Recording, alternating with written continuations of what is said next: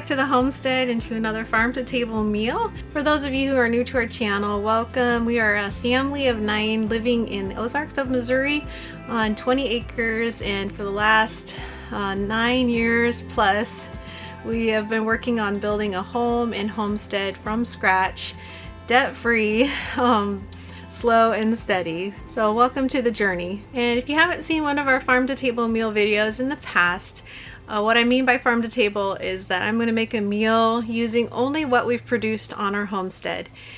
So what we've grown with our own hands or raised with our own hands, aside from a few condiments and spices.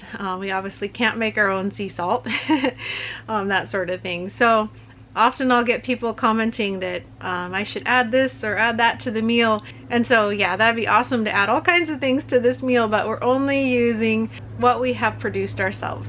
It is January and we've used up a lot of what we've produced on our homestead, but we still have food that we produced last year that we're working through eating. And so today we're gonna have egg drop soup, and then we've got lots of sweet potatoes still, so I'm going to fry up some sweet potatoes on the side. I'm also going to share how we start our sweet potatoes. Many of you probably know how sweet potatoes are started, but I've never shared that full process on video yet, so I'm going to share that with you today as well. So egg drop soup is really simple to make. Last week we roasted a goose and I made bone broth and saved some of that, so that's going to be the base. And when I make bone broth or any kind of meat broth, all I use is sea salt and thyme. Those are my 2 favorite things for the broth. It makes the broth taste so good, and it's really versatile for any type of soup, really. We've had a little extra blessing this time of year of some extra eggs from our muscovies. Those of you who don't know what a muscovy is, it's sort of like a big duck, but they fly and so you cannot contain them. And they happen to find our garden. We've got a little hole under one of our fence lanes right now because of working on some digging for irrigation last year, and we hit our phone line and the phone company still hasn't come to do the permanent fix. So we've got this hole, and the muscovies were getting into the garden. At first I was like, no, let's block the hole, keep them out of the garden, right? But then I discovered that they made a nest in our compost area and they were laying eggs. Guys, we've never gotten eggs from muscovies before because they're so wild we can never find their nest. So we opened up that spot in the fence and let them come back in, and we've been gathering their eggs now for a couple weeks. It's been a huge blessing. I think they decided they really like the garden because of the wheat cover crop that I did this year. They absolutely love the little wheat sprouts. So the garden's become kind of one of their favorite morning hangout places, and they come, they lay their eggs, and then they go. So I might regret come spring letting them into the garden, but for now we're really enjoying their eggs, and hopefully we can keep them out once we start planting out there in the spring. So for the egg drop soup, adding to that broth, I usually do onions. That's our favorite veggie to put in there, but we are out of all of our homegrown onions right now, but we do have garlic left, lots of garlic. So I'm gonna put some garlic in, and then I found some little baby carrots still in the garden that I'll put in place of the onions. You can really put whatever vegetables you like in this soup. So besides the broth and a little bit of veggies, it's just eggs. I'm gonna mix up the eggs just like you would scrambled eggs. And then once the vegetables are cooked and tender in the broth and it's come to a boil, then I'm going to just drop in that egg little by little and mix it into the soup. And it just cooks up really fast in that broth and adds a lot of protein and just substance to the soup. And for the sweet potatoes, I'm basically just gonna cut them up like you would regular potatoes and probably fry them in butter, add a little salt, maybe a little onion granules. And that'll be it for our farm to table meal. Really simple, but delicious.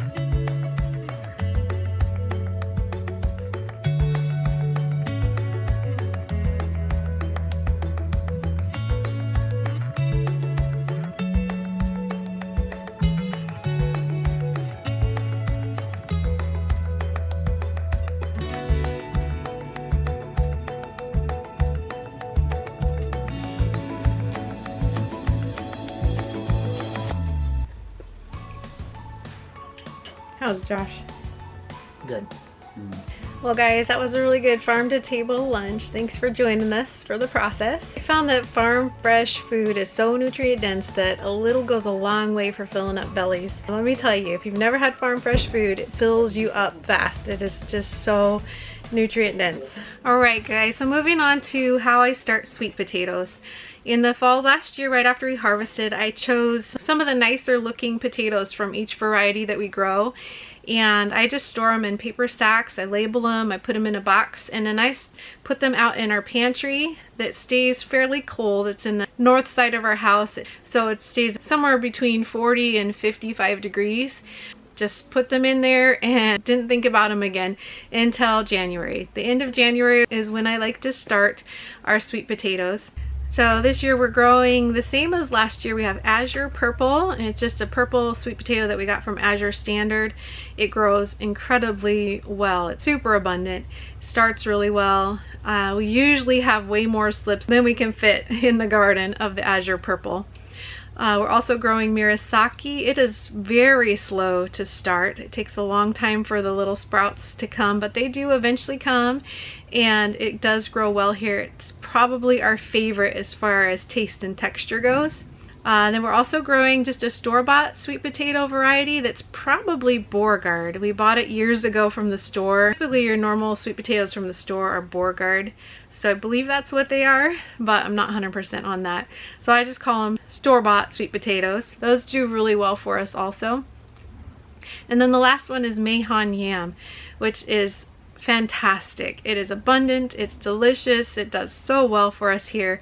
There's one other sweet potato variety that I would like to try in the future. Covington is the variety, but those slips are so expensive, guys. I had to just take it off my list and say, okay, maybe another year because they cost so much. So eventually we might try Covington, but honestly, I'm really content and satisfied with the varieties that we have right now. They've done well for us, and I'm super excited to have them in the windowsill again so I can start watching something grow again. In the past, I've used just my normal kitchen bowls to do this, but there's some sort of a substance that comes out of the sweet potatoes that creates a ring around whatever container you start them in, and it's almost impossible to get that clean.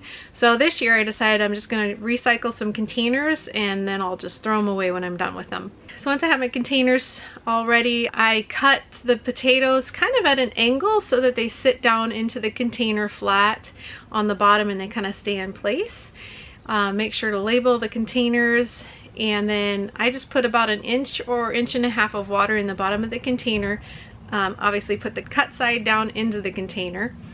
And then I put them in our kitchen windowsill and just let them go. I do change out the water every couple days so it keeps fresh water for them.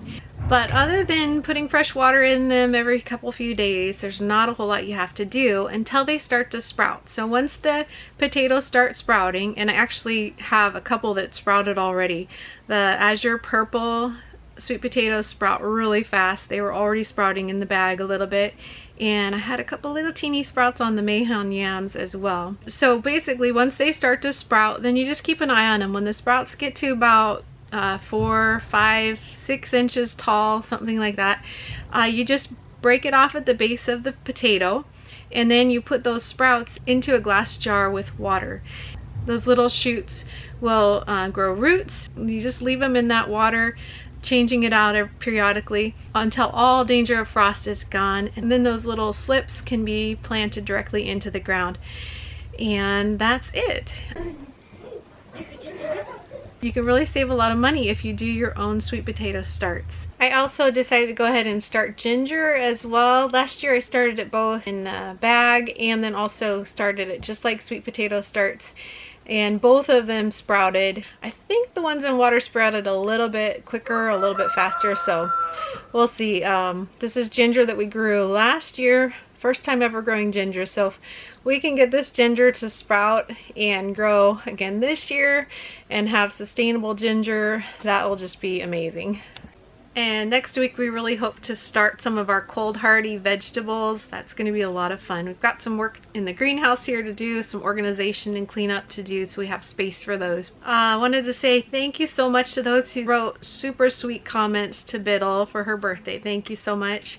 We also have a thank you to give for a gift that came to us this last week. You for the PJs. Yeah, brand new PJs. Aren't those beautiful?